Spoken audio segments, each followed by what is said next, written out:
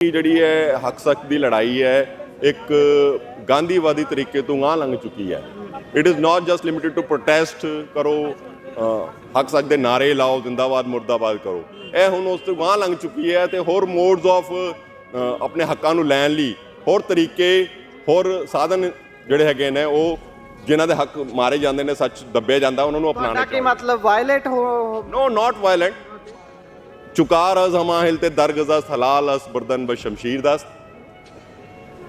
When all means and modes of redressing a wrong having failed, raising of sword is pious and just।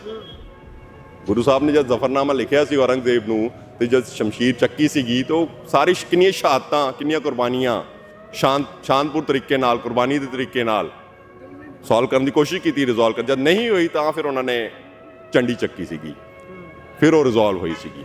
ਫਿਰ ਜੇ ਇਹ ਤਰੀਕੇ ਨਹੀਂ ਕਾਮਯਾਬ ਹੋਣਗੇ, ਇਹਨਾਂ ਨੂੰ ਇਹ ਮਜ਼ਲ ਕਰਨਗੇ ਹੱਕ ਸੱਚ ਦੀ ਲੜਾਈ ਨੂੰ, ਫਿਰ ਹੋ ਸਕਦਾ ਕਿ ਜਵਾਨੀ ਜਿਹੜੀ ਹੈਗੀ ਹੈ ਕਿ ਉਹ ਦੂਜਾ ਰਸਤਾ ਵੀ ਇਖਤਿਆਰ ਕਰੇ।